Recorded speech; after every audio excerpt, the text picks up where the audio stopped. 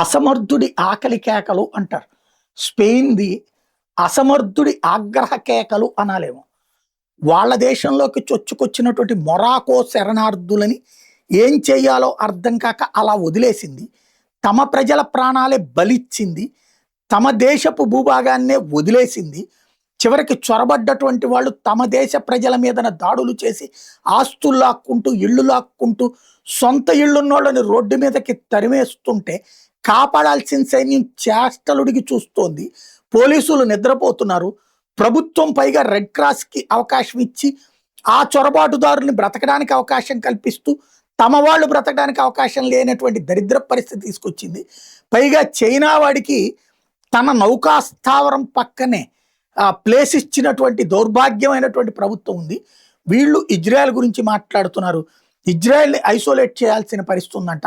ప్రపంచమంతా ఐసోలేట్ చేయాల్సిన పరిస్థితి ఉందంట. వాళ్ళు చేస్తున్న దాష్టీకాలు మామూలుది కాదంట.